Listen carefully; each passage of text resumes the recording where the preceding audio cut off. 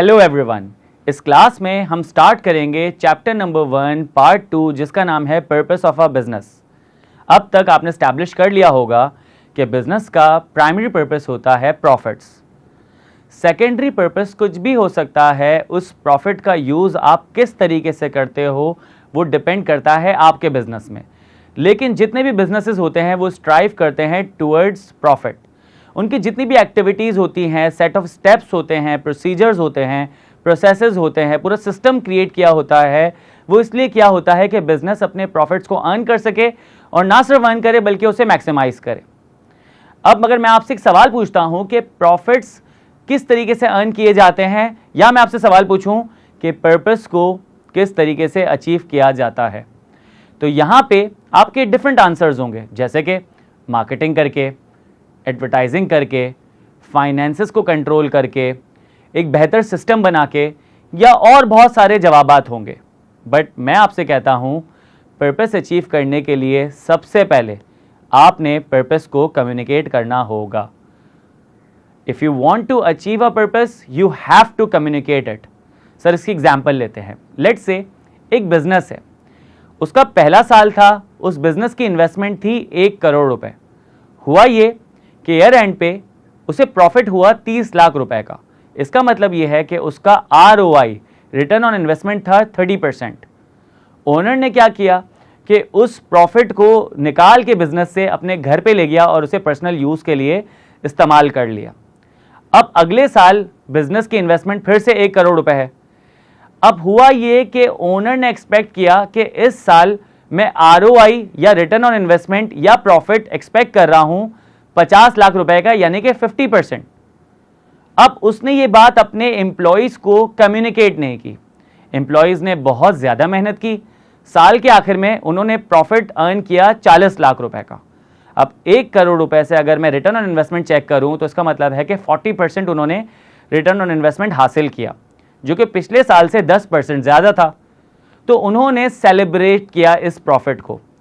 जब बॉस को ये बात पता चली तो वो काफी नाराज हुआ और उसने ये कहा कि भाई किस बात की सेलिब्रेशन हो रही है, आई वॉज एक्सपेक्टिंग कि ROI 50% होगा। तो आपको पता है एम्प्लॉयज क्या कहेंगे? एम्प्लॉयज कहेंगे कि you should have communicated it to us. आपको ये हमें पहले कम्युनिकेट करना चाहिए था।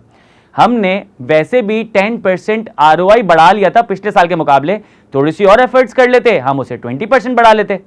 तो यहां पे अगर आपने कोई भी पर्पस सोच के रखा है, first you will have to communicate it. तो यहां पे हमने एक बेसिक कॉन्सेप्ट कवर किया कि पर्पस क्या होता है और किस तरीके से अचीव किया जाता है। तो सर कम्युनिकेट करने के लिए आपके पास 7 ऐसे वर्ड्स या कॉन्सेप्ट्स हैं जिन्हें अगर हम समझ लें अच्छे तरीके से तो हमें यह पता चल जाएगा कि किस तरीके से हम अपने बिजनेस के पर्पसेस को कम्युनिकेट कर सकते हैं। वो 7 वर्ड्स कुछ यूं हैं: vision statement, mission statement, goals and objectives, strategies, tactics and operations. ये 7 छोटे छोटे कॉन्सेप्ट्स अगर हम समझ लें तो हमें पता चल जाएगा कि बिजनेस के पर्पस को सक्सेसफुली किस तरीके से कम्युनिकेट किया जाता है।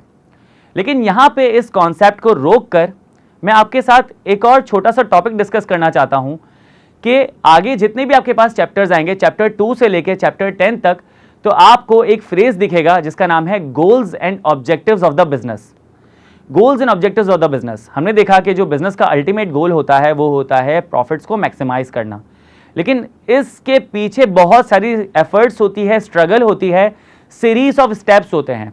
तो सर वो जो सीरीज ऑफ स्टेप्स हैं वो भी बिजनेस के गोल्स एंड ऑब्जेक्टिव्स होते हैं, क्योंकि एक गोल अचीव करोगे तो दूसरा गोल अचीव होगा, दूसरा गोल अचीव होगा तो तीसरा, चौथा, पांचवा, छठा और अल्टीमेटली आपका आखिरी जो अल्टीमेट गोल है वो भी अचीव हो जाएगा। तो सबसे पहले हम करते ये हैं कि आगे जो 10 चैप्टर में बार बार एक फ्रेज आएगा goals and objectives of the business, तो मैं आपको लिखवा देता हूं। तो आपके सामने जब भी आए ये phrase goals and objectives of the business तो आपके माइंड में ये कुछ गोल्स एंड ऑब्जेक्टिव्स आने चाहिए। Number 1, research and development. Sir research and development का मतलब ये होता है कि आप अपने बिजनेस में नए नए आइडियाज ट्राई करते हो, इंफॉर्मेशन गैदर कर रहे होते हो, नई चीजें ट्राई कर रहे होते हो। तो उससे ये होता है जब आप रिसर्च एंड डेवलपमेंट कर रहे होते हो तो कोई ना कोई आप ब्रेक थ्रू हासिल कर लेते हो, कोई ना कोई सक्सेस हासिल कर लेते हो उसी रिसर्च एंड डेवलपमेंट की बेसिस पे आप क्या करते हो, टेक्नोलॉजिकल एडवांसमेंट लेकर आते हो। तो दूसरा गोल एंड ऑब्जेक्टिव क्या है, टेक्नोलॉजिकल एडवांसमेंट। जब आपकी ऑर्गेनाइजेशन में टेक्नोलॉजिकल एडवांसमेंट आ जाएगा, जब आप नई टेक्नोलॉजी को अडॉप्ट करोगे, तो इससे आपका तीसरा गोल एंड ऑब्जेक्टिव अचीव होगा। वो ये होगा कि आपके बिजनेस में एफिशिएंसी और इफेक्टिवनेस बढ़ जाएगी। Sir what is efficiency and effectiveness? Efficiency का मतलब ये होता है कि बिजनेस में जितनी भी एक्टिविटीज आप परफॉर्म कर रहे हो, अब परफॉर्म करते वक्त आपका कम टाइम लग रहा है, कम कॉस्ट लग रही है और कम आपकी एफर्ट्स लग रही है। This is called efficiency. तो अगर किसी भी टास्क में आपका टाइम, कॉस्ट और एफर्ट्स कम लग रही है तो इसका मतलब है कि आप ज्यादा एफिशिएंट हो गए। इफेक्टिवनेस का मतलब यह होता है कि जो भी आप काम परफॉर्म कर रहे हो उसमें आपकी एक्यूरेसी बढ़ गई, आपका मार्जिन ऑफ एरर रिड्यूस हो गया, आपका रेट ऑफ सक्सेस बढ़ गया। तो दिस इज कॉल्ड इफेक्टिवनेस। तो सोचो, जब आपने रिसर्च एंड डेवलपमेंट की थी तो उससे हुआ था कि टेक्नोलॉजिकल एडवांसमेंट आया था। जब आपने नई टेक्नोलॉजी अडॉप्ट की तो उसकी वजह से आपके हर काम में, बिजनेस एक्टिविटी में आपके जो है वो एफिशिएंसी बढ़ गई और इफेक्टिवनेस बढ़ गई। तो देखें, एफिशिएंसी और इफेक्टिवनेस बढ़ने से क्या होता है कि आपकी प्रोडक्ट की क्वालिटी और क्वांटिटी दोनों बढ़ जाती है। आपकी प्रोडक्ट की क्वालिटी और क्वांटिटी दोनों बढ़ जाती है, क्योंकि कम टाइम में आप ज्यादा प्रोड्यूस कर सकते हो, कम एफर्ट्स के साथ ज्यादा प्रोड्यूस कर सकते हो, कॉस्ट कम होगी तो प्रोडक्शन बढ़ जाएगी, और जब इफेक्टिवनेस बढ़ेगी तो क्वालिटी भी इनहैंस हो जाएगी। तो आपका एक और जो गोल एंड ऑब्जेक्टिव अचीव हो रहा है वो है quality and quantity of the product. उसके बाद अगला जो आपका गोल है वो है कस्टमर सेटिस्फैक्शन का। तो जाहिर सी बात है, जब कस्टमर उसी प्राइस में ज्यादा बेहतर क्वालिटी की चीज परचेज करेगा तो वो कस्टमर भी रिटेन हो जाएगा, वो वर्ड ऑफ माउथ स्प्रेड करके और कस्टमर्स भी लेकर आएगा। तो और कस्टमर्स की नीड को केटर करने के लिए आपने अपनी क्वांटिटी भी बढ़ा दी थी, तो इसका मतलब है कि ज्यादा कस्टमर्स आपसे परचेज कर रहे होंगे। जब ज्यादा कस्टमर्स आपसे परचेज कर रहे होंगे तो जो आपका अल्टीमेट गोल था, वो अल्टीमेट गोल क्या था, प्रॉफिट्स अर्न करना, वो अचीव करना शुरू कर दोगे। प्रॉफिट्स आपके दो तरीके से मैक्सिमाइज करेंगे। पहला कि जो पर यूनिट आपका प्रॉफिट है बढ़ जाएगा, क्योंकि आपकी कॉस्ट कम हो गई थी, आपकी सेलिंग प्राइस बढ़ गई थी, तो पर यूनिट आपका जो प्रॉफिट है वो बढ़ जाएगा। और अब आप क्वांटिटीज बढ़ा दोगे सेल की, तो इसका मतलब यह है कि आपका ओवरऑल प्रॉफिट भी बढ़ना शुरू हो जाएगा। जब आपका प्रॉफिट ज्यादा बढ़ेगा तो इसका मतलब यह है कि आपके पास ईयर एंड पे आरओआई बढ़ जाएगा।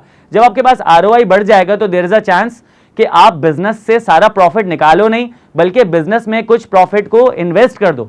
तो लेट्स से अगर आपका आरओआई 50% है, 1 करोड़ रुपए आपने 50 लाख रुपए कमाए, तो 50 लाख में से अगर आपने 25 लाख बिजनेस में ही छोड़ दिए, तो अगली बार जो आपके पास कैपिटल होगा वो होगा 1 करोड़ 25 लाख रुपए का। तो सोचें कि आपके पास प्रॉफिट अगली बार ज्यादा बढ़ जाएगा। तो ये आपके पास एक और गोल एंड ऑब्जेक्टिव अचीव हो गया कि आपने अपने कैपिटल की वैल्यू को बढ़ा लिया और अल्टीमेटली आपका बिजनेस जो है एक्सपेंड कर जाएगा। मैं रिपीट कर दूं, बिजनेस के क्या गोल्स एंड ऑब्जेक्टिव्स होते हैं। पहला, रिसर्च एंड डेवलपमेंट। दूसरा, टेक्नोलॉजिकल एडवांसमेंट। तीसरा, इफेक्टिवनेस एंड एफिशिएंसी।